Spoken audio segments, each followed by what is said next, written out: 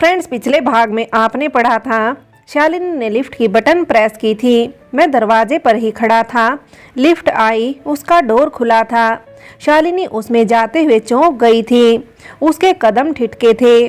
मुझे लगा जैसे लिफ्ट से कोई बाहर आ रहा है, मगर लिफ्ट में से बाहर कोई नहीं आया था। मैं देख नहीं पाया था कि लिफ्ट में कौन है। लिफ्ट में प्रविष्ट होते हुए मुझे शालिनी का स्वर सुनाई दिया था, अरे तुम यहाँ कैसे? फिर वह अंदर चली गई थी। उसके पीछे लिफ्ट डोर बंद हुआ था। मैं विस्मय की स्थिति में जड़वत खड़ा रह गया था। अब आगे। सामने लिफ्ट में शालिनी की बेटी रश्मि थी। मम्मा के हाथ के भोजन का मन हुआ तो वह अवकाश के कारण अचानक हॉस्टल से आई थी। वह मम्मा को सरप्राइज देना चाहती थी। घर पहुंची तो मम्मा नहीं थी। वह अपने पास की अतिरिक्त चाबी लाना भूल गई थी और मम्मा को कॉल करने की सोच ही रही थी। तभी सामने आचार्य आंटी आ गई थी। आंटी ने रश्मि के बिना पूछे ही कहा, मम्मा कहाँ है? यह सोच रही हो रश्मि? रश्मि ने कहा, हाँ आंटी, आपको पता है? आचार्य आंटी ने बताया, मेरी मेड बता रही है, अभी उसने शालिनी को महेंद्र सिंह के घर देखा है। रश्मि ने पूछा, यह महेंद्र सिंह कौन है? आंटी ने कहा, मैं भी नहीं जानती, मेड ही कह रही थी वह। उनके घर भी ब्लॉक 308 में काम करती है। महेंद्र सिंह की पत्नी अभी बाहर गई हुई है, कहते हुए आचार्य आंटी रहस्यमय ढंग से हंस दी थी। आंटी की कही बात एवं हंसी ने रश्मि को बुरी तरह भड़का दिया था। उसने मम्मा को कॉल करने का विचार त्याग दिया एवं तमतमाती हुई वह बी ब्लॉक पहुंची थी। तब उसे शालिनी लिफ्ट में मिली थी। लिफ्ट में शालिनी के आते ही रश्मि ने रुष्ट होकर पूछा, मम्मा, मैं आपको सरप्राइज देने बिना बताए आ गई तो आपने मुझे ही सरप्राइज कर दिया। कौन है यह महेंद्र सिंह? पापा बाहर गए हैं तो आप यह क्या करने में लग गई? रश्मि का इस तरह आक्षेप लगाना शालिनी के लिए अप्रत्याशित था। उसके चेहरे पर हवाइयां उड़ने लगी। रश्मि ने शालिनी के उत्तर नहीं दे पाने एवं मुख पर के भाव का वही अर्थ लगा लिया जो आंटी की हंसी में छुपा था। रश्मि के साथ शालिनी बिना उत्तर दिए ही घर तक आई थी। बेटी के अपने पर किए अविश्वास से वह स्तब्ध रह गई थी। रश्मि ने घर में आने पर कहा, मम्मा, आपने मेरा मूड स्पॉइल कर दिया। मेरा तो ठीक है, पापा का सामना आप कैसे कर सकेंगी?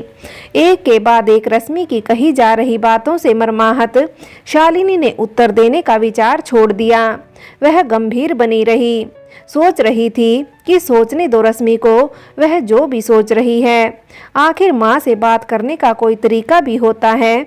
शालिनी ने ठंडे स्वर में पूछा, रश्मि, पापा के लिए छोले भटूरे और गाजर का हलवा बना रही हूँ, बताओ तुम वही खाना पसंद करोगी या कुछ दूसरा चाहिए तुम्हें?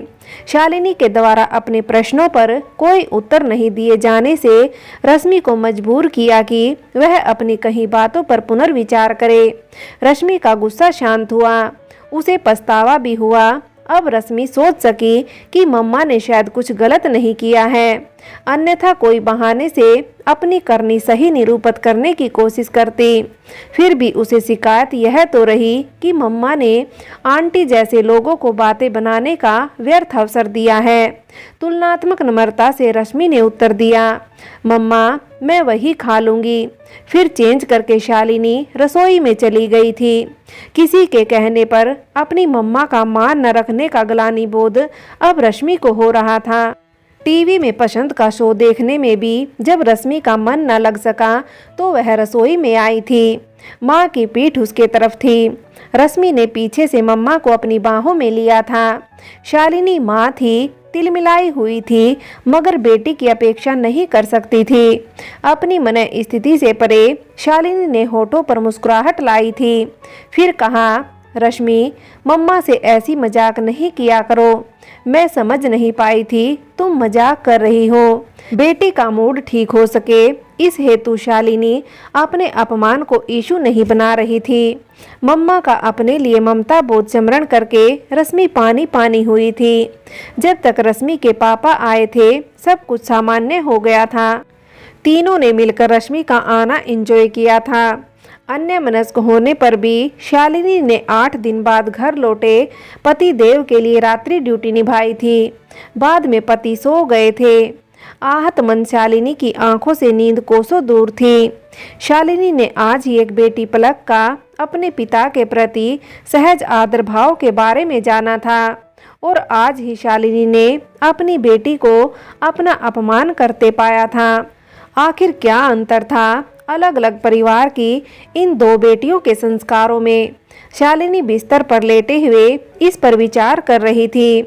उसे एक ही अंतर दिखाई दे रहा था। एक के पिता अपने अनियंत्रित होती मनोकामनाओं को बेटे बेटियों के पिता होने के बोझ से नियंत्रित कर लेने वाले थे, जबकि अपनी बेटी रश्मि के पिता बेटी के सामने अपना ऐसा जिम्मेदार रूप नहीं दिखा पाए थे। इस कारण रश्मि को जैसे अपने पापा दिखते थे, उसने मम्मा को उसी दृष्टि से देख लिया था। उसे इस बात से भी गहन निराशा थी कि अपनी मां को देखने के लिए रश्मि ने वही चश्मा प्रयोग किया था जो समाज का चश्मा था, जिसके लेंस से नारी में ही दोष दिखाई देता है।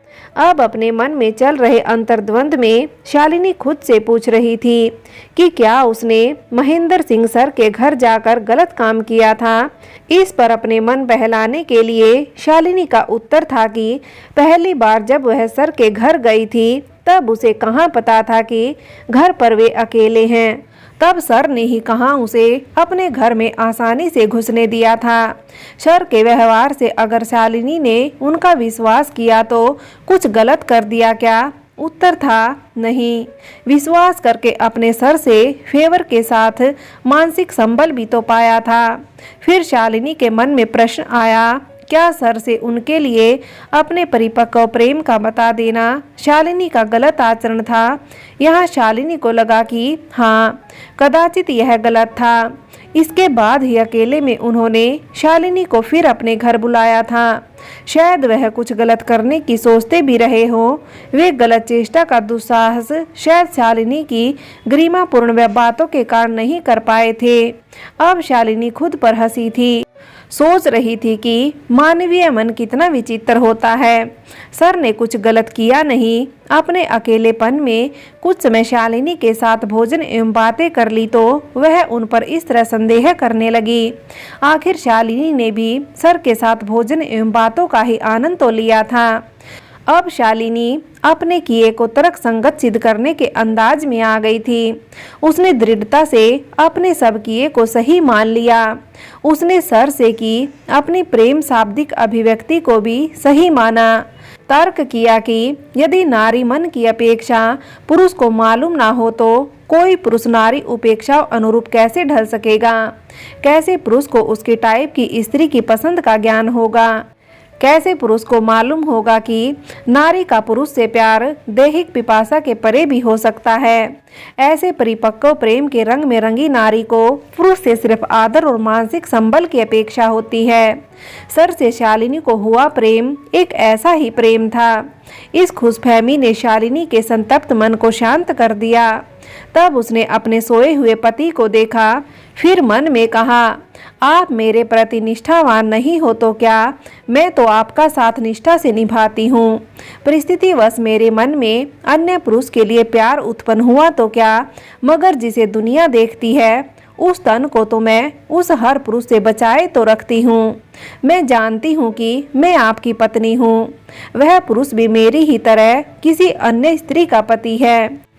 अपने विचार मंथन एवं तर्कों के बाद शालिनी अपने पति की पीठ पर हाथ रखकर सो गई थी।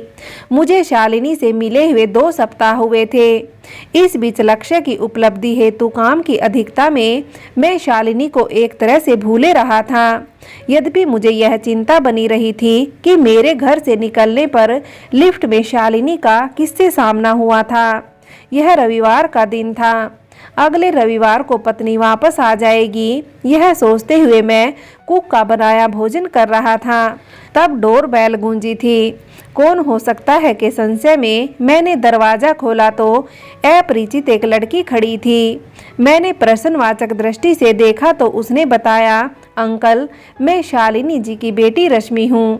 मैंने मुस्कुराते हुए कहा, मैं भोजन कर रहा था। आओ, क्या तुम मेरे साथ भोजन करना पसंद करोगी? रश्मि ने अंदर आकर कहा। हाँ, अगर आप मेरी जिज्ञासा पर सही बात बताए तो खा लूँगी। मैं उसकी जिज्ञासा का अनुमान लगाते हुए उसके लिए प्लेट में भोजन परोसने लगा था। वह खाने लगी थी। फिर उसने पूछा, मेरी मम्मा और आपका परिचय कैसे है? मैंने बताया, मैं शालिनी का बॉस हूँ, यद्यपि अब उनका ऑफिस दूसरा हो गया है। रश्मि ने पूछा, अकेले में मम्मा एवं आप कितनी बार मिले हैं? मैंने कहा, सिर्फ 2 बार।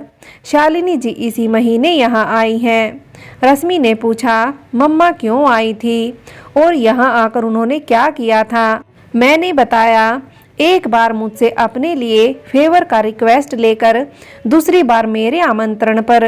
दोनों बार बातों के अतिरिक्त उन्होंने मुझे ऐसी ही कंपनी दी थी जैसे आज तुम दे रही हो, अर्थात हमने दोपहर में साथ भोजन किया था। रश्मि शायद मेरे कहने की सच्चाई परख रही थी।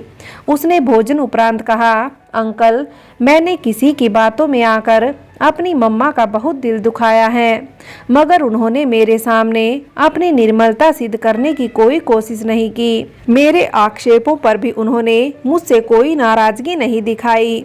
तब से ही मैं ग्लानि बोध में रही हूँ। चूँकि उन्होंने मुझसे कोई बात नहीं कही, अतः बात क्या हुई जानने के लिए मैं आपके पास आई हूँ। मैंने कहा, आपकी मम्मा ऐसी जीव हैं जो अपने अनादर पर भी दूसरों का आदर रखना जानती हैं। आप उनकी बेटी हो, आपको उन पर गर्व करना चाहिए एवं जीवन में उन जैसा बनना चाहिए। रश्मि ने कहा, आप ठीक कहते हैं अंकल। फिर कुछ क्षण सोचने को रुकी, तब कहा, आपके पास इतनी देर रहकर मुझे समझ आ गया कि आपकी दृष्टि अन्य लड़की महिलाओं के प्रति निर्मल है। मम्मा ने शायद यह पहचाना हुआ है, तभी उन्होंने आपके घर आने में संकोच नहीं किया है। वास्तव में मैं यह बताने यहाँ आई हूँ कि आपकी मेड और आचार्य आंटी ने मेरी मम्मा की दुश्मन की तरह काम किया है। उनकी फैलाई बात मेरे पापा तक पहुँची है। इस कारण उन्होंने मेरी मम्मा की पिटाई तक की है। यह भी चेतावनी दी है कि मम्मा ना तो आपसे मिले और ना ही मोबाइल आदि पर आपसे कोई संपर्क ही रखे।